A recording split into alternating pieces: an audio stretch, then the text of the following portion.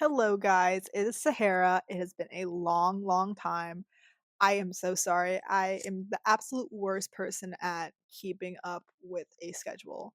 I just started grad school and it has been very fun, but also very busy. So I am back.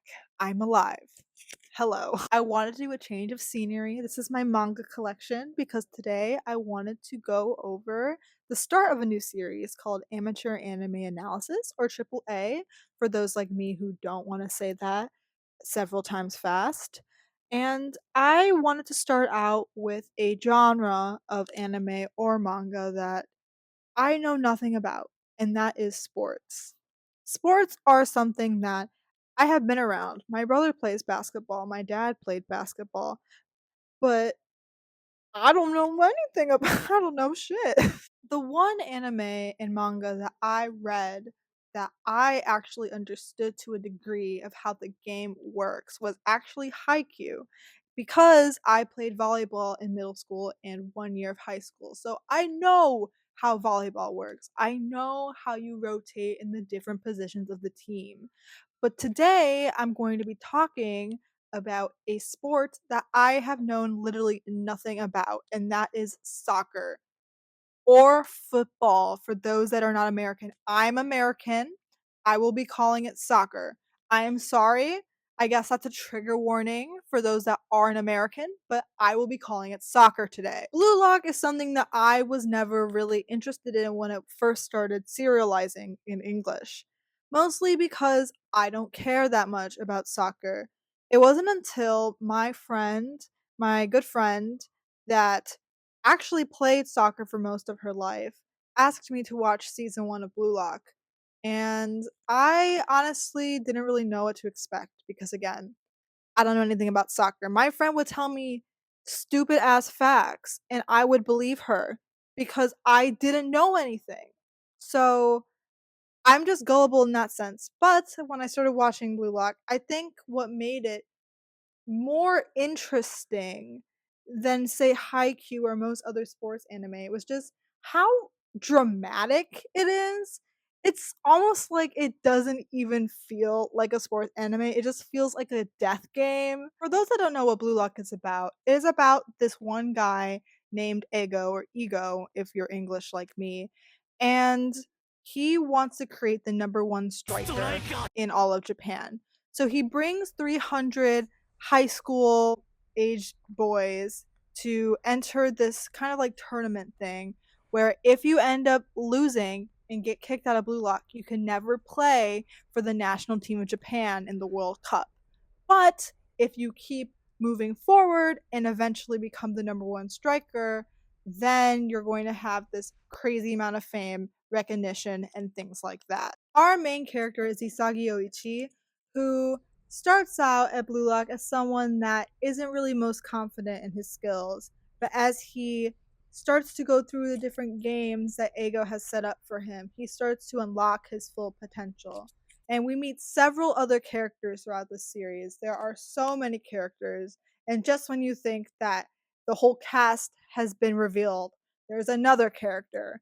And it honestly becomes really hard to keep track of who is who in a black and white page because sometimes a lot of them look the same. But I would say that the characters are what make or break a show for me. And something about Blue Lock in sports that I don't know anything about, the characters seemed very relatable. My favorite character in all of Blue Lock is Mikage Reo, who is this rich kid and he got everything he wanted, but his parents don't want him to play soccer. They want him to become the next heir of the Mikage Corporation, which is worth like billions of dollars. This dude is Bruh. rich. He starts to achieve his goal of winning the World Cup and he ends up meeting Nagi, who is not interested in that at all. So they become like the ultimate duo, and these two also have the most angst in all of this Blue Lock. Like, it is the most angsty thing I have seen in a while. And as someone that actually did go to see episode Nagi, which is Nagi's point of view of all of Blue Lock, it gets even angstier. So For those of you that haven't seen it, just know there's a lot of angst and crying and crazy backstory, emotional moments, which in a way sometimes is good. And in the case of Nagi and Ryo, it's kind of like, are we doing this again? The communication issues are absolutely insane. But going back to Isagi himself, he does have one of the most dramatic changes in all of Blue Lock. And I don't know if I want to say it's for the better. Because Isagi goes from someone who is kind of timid and isn't really sure what he wants out of soccer. He almost becomes this beast on the field that like he calls people slurs, not the crazy, like, offensive slurs, but it's bordering on that line, and sometimes I don't know what to think of it because it seems so unnecessary even for a huge situation like Blue Lock, but I don't know, guys. It's a little That being said, another interesting thing about Blue Lock is although Isagi is the main character, I did mention that there was a separate show or manga called Episode Nagi, which shows Nagi's interpretation of him going through Blue Lock with Reo and all the angst that occurs with them. I would also say that they are planning to make more, like, episodes of different other characters, and I believe that there's almost like a light novel series that shows different snapshots of other characters. So I think it's really interesting how Blue Lock has decided to make one character the main character in the main series, but they also really do delve into other characters, and I really appreciate that because sometimes in a show you wonder about the other side characters and what their lives are like. So we really get a more in-depth analysis of what they were experiencing during Blue Lock because not everyone had the Isagi Oichi experience. It's what they decided to make of it themselves.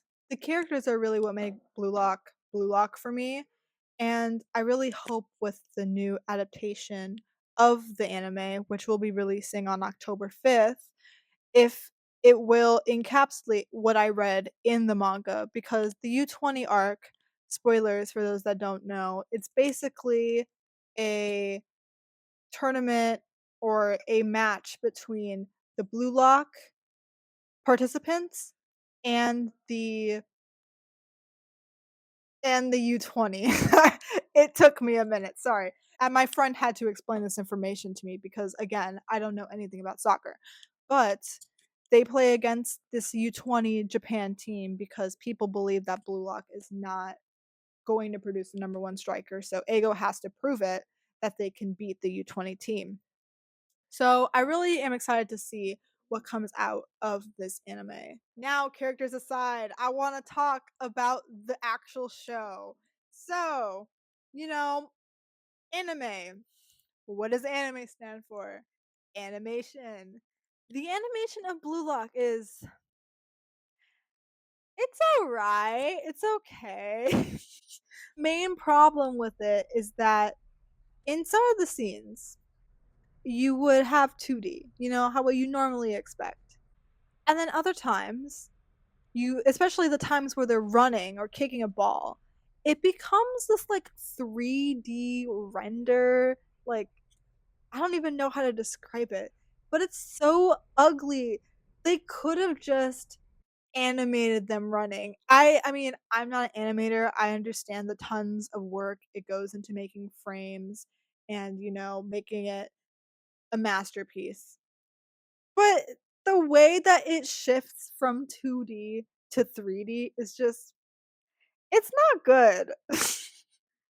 And I thought that it was going to be a little different in episode Nagi because I felt like when I went to see that movie, the animation for a second was looking better than season 1.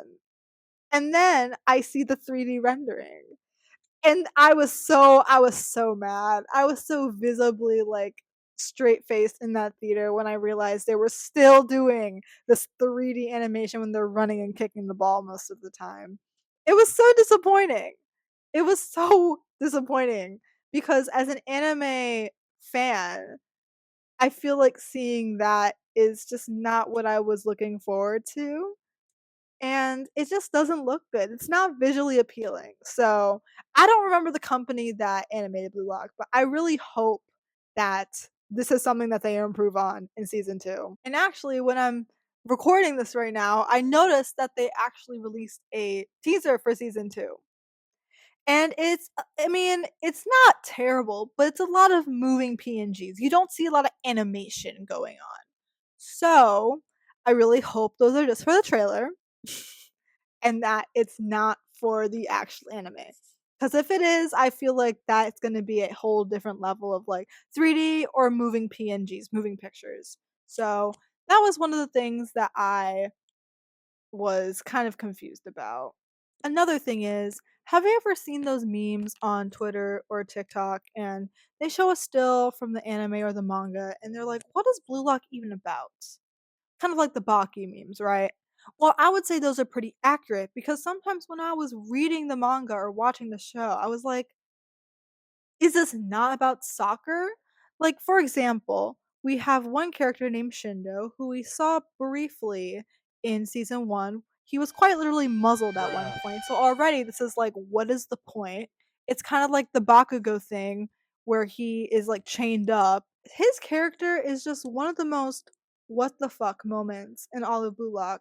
He visibly gets horny from soccer, and I don't understand. I don't get it. Am I just like am I out of the loop?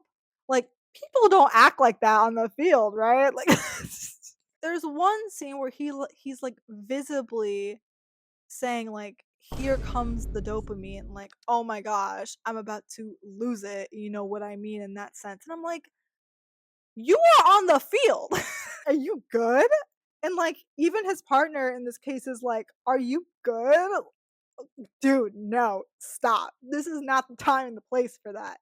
Another character is literally this guy named Rin Itoshi. Like, if he goes beast mode, like he literally loses all inhibitions. And I'm like, ooh. I mean, I get it, like he's in the zone, but sometimes he gets a little too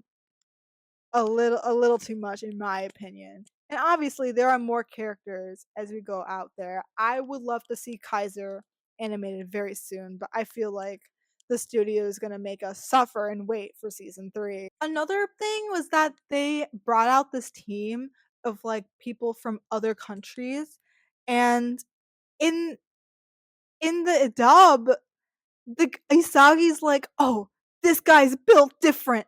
After the other, I believe he's French. He's like, "Oh, is this okay?" Or like, "You have all these weak spots and stuff like."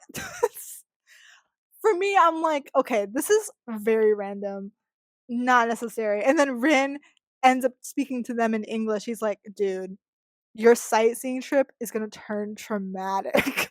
So we have all these random like memes that came from Blue Lock, which in a way it's like, what is Blue Lock about? But I also do appreciate that, sometimes it's worth like for the laughs. It's funny.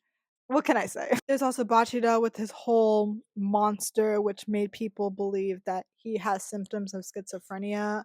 Which, I mean, to be honest, I was also kind of concerned because he was talking about this monster that was literally around him. He said, "Oh, Isagi has the monster too, but no one can see it but him."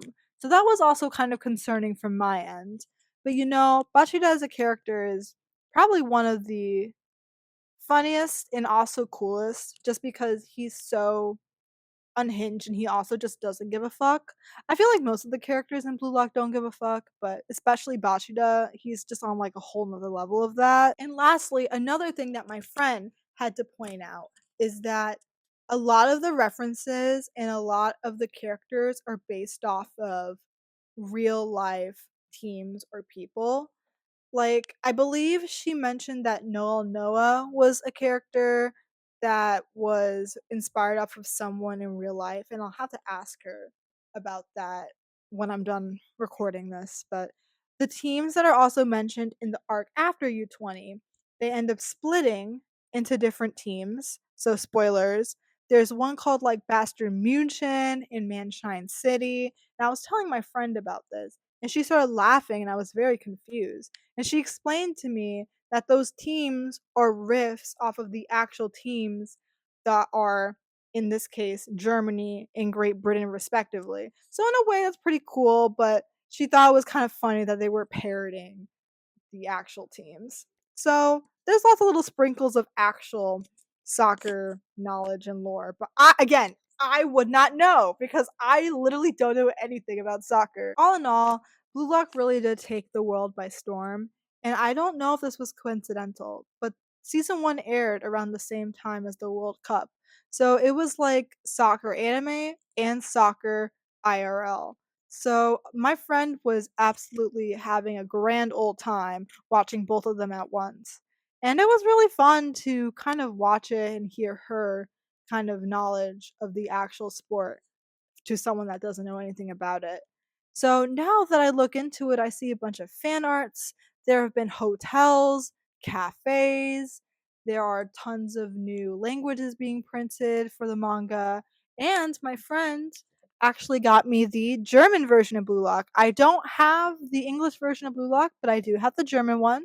I don't understand it, but it's something. And there's also a lot of really nice figures for Blue Lock. My favorite character, as I said before, is Rayo, and I recently picked up this figure. It was only like $40. So for a college student like me, it was a steal. And I don't know, he just looks great. I know there's a Nagi one to match it, so I will be getting that one. And lastly, Blue Lock is really slow on its manga updates. I forgot when it started serializing in English, but it's pretty slow. I believe it's like at least 5 volumes behind of the Japanese one. But they're also going to release the episode Nagi in English as well, so I'm definitely going to collect that because Nagi and Reo are two of my favorite characters in Blue Lock. From an analysis standpoint, I believe Blue Lock gets a solid 7 or 8 out of 10 stars for me, just because I really do like the story aspect, the characters, and kind of in the way I do enjoy the what the fuck moments because it's kind of funny to see what goes on just randomly in their lives and just how they react to soccer. But in the anime sense, the animation does bring it down a couple of notches for me. And also, it's the way that they present the show makes it seem like you already know about soccer. So, my friend had to explain a lot of those things for me. But that's all for me today, guys. I really hope you enjoyed my yapping on soccer because I know nothing about it. So I hope this made sense to you. And in the future, I want to make a few more of these videos, maybe on some shows like Oichi no Ko because I don't know anything about the idol industry, or maybe some video games, for example, Genshin Impact or Wuthering Waves because I know I'm not the biggest fan of open world games, therefore my knowledge on them is quite slim. But let me know if you have any ideas. If you want to see my manga collection, let me know if you want a video about that. And just ideas in general because I'm still thinking of some every day. I really do plan to start making more as my grad school work is much lighter than my undergrad work. So, yeah, thank you guys for tuning in, and I would love to see you soon. Bye.